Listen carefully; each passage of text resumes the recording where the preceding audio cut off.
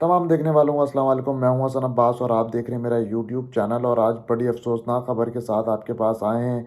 Senior सहाफ़ी anchor person Arshad शरीफ साहब को कीनिया के शहर नैरोबी के पास शहीद कर दिया गया है। उनके ख़ानदानी ज़राए ने इस बात की तस्दीक कर दी है। जो करीबी उनके दोस्त हैं, कुछ सहाफ़ी हजरात हैं, उनसे जब मेरा रब्ता हुआ तो उन्होंने भी इस तमाम तर वाक़े की जो है वो तस्दीक की है।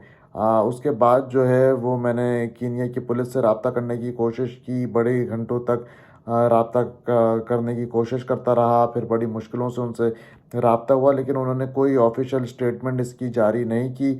हाँ, लेकिन इस वाक़े की उन्होंने तस्दीक ज़रूर की है कि उनको जो है वो शहीद हो गए हैं वो।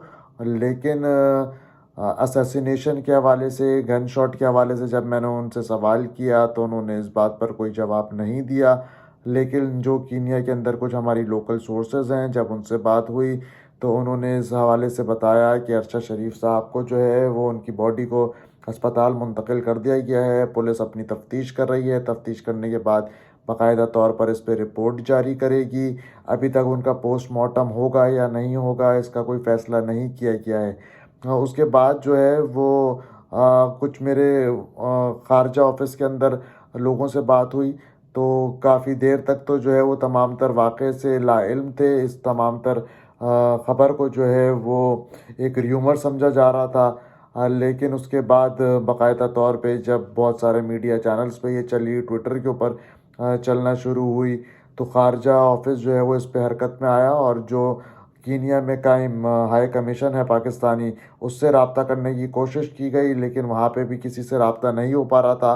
फिर काफ़ी देर बाद जो है वो पाकिस्तानी हाई कमीशन कीनिया में जो है वो रब्ता हुआ ख़ारजा ऑफ़िस का। और उसके बाद इस खबर के हवाले से तमाम तर तफसीलात जो हैं वो ख़ारजा ऑफ़िस ने तलब की हैं high commission of Pakistan Kenya से।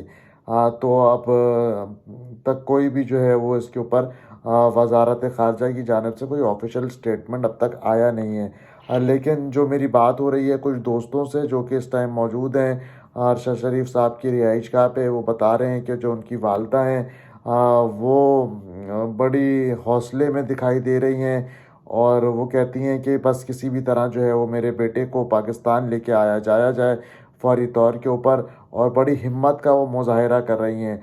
और अरशद शरीफ साहब जो है वो तकरीबन 92-93 से शोबा सहाफ़त से मुंसलिक थे।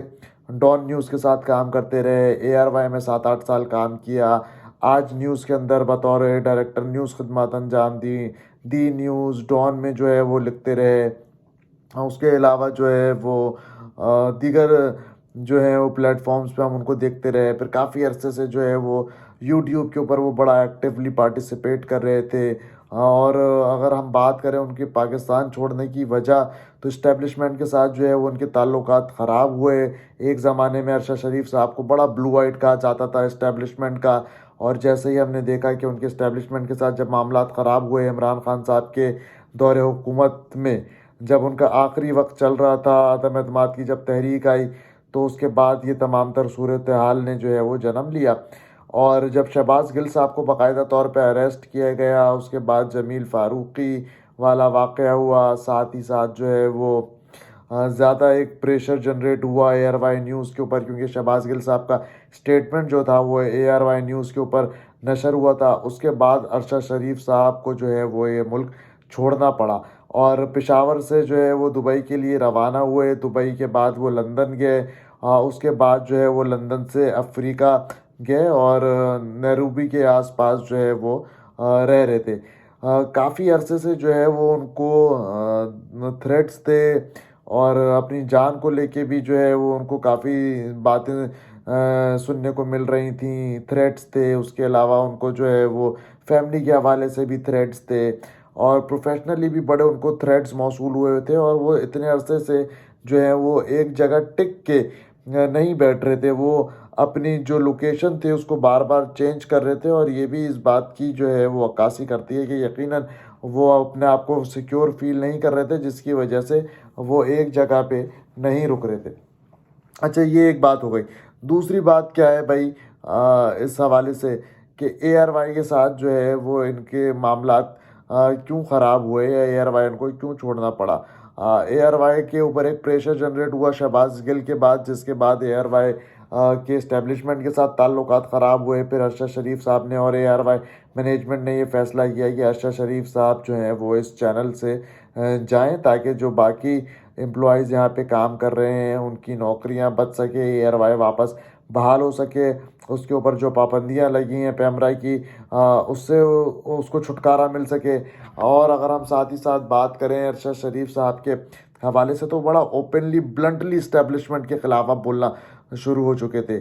اور اگر آپ ان کے ریسنٹلی جو لاسٹ ان کے ولاگس تھے، وہ بڑی کھل کے اسٹیبلشمنٹ کے خلاف باتیں کر رہے تھے، ان پہ تنقید کر رہے تھے. اور وہ بار بار اپنے ولاگس میں بتاتے رہے، اپنے بیانات میں بتاتے رہے کہ ان کی جان کو خطرہ ہے. اب ارشد شریف صاحب کے حوالے سے خبریں آ رہی ہیں، اور ابھی تک جو ہے وہ کوئی بھی آفیشیل اسٹیٹمنٹ کینیا کی گورنمنٹ کی طرف سے نہیں آ سکی ہے، اور نہ ہی پاکستانی گورنمنٹ نے اب تک کوئی اس کے اوپر آفیشیل اسٹیٹمنٹ جاری نہیں کیا ہے. تو جیسے جیسے جو ہے وہ اس کے حوالے سے اپڈیٹس آتی رہیں گی، آپ تک پہنچاتے رہیں گے. یہ جو ہے ابھی ایک ڈیولپمنٹ کے مراحل میں یہ تمام تر واقعہ، اور ہم سب کی دعا ہے کہ اللہ پاک جو ہے وہ ارشد شریف صاحب کی مغفرت فرمائے اور ان کو جنت میں اعلیٰ مقام عطا کرے. پاکستان میں جو ہے وہ صحافت کرنا اتنا آسان ہے نہیں جتنا بظاہر لگتا ہے. اور آپ پاکستان سے کہیں دور بھی چلے جائیں تو آپ مشکلات جو ہیں وہ آپ کا پیچھا نہیں چھوڑتی ہیں. اور کچھ اطلاعات ہمارے پاس ارشد شریف صاحب کو لے کے یہ بھی ہے کہ ارشد شریف صاحب کچھ نیروبی کے اور کینیا اورینٹڈ جرنلسٹ تھے، ان کے ساتھ کچھ پروجیکٹ بھی کر رہے تھے، کچھ ان کے جو ہے وہ اسائنمنٹس بھی چل رہے تھے.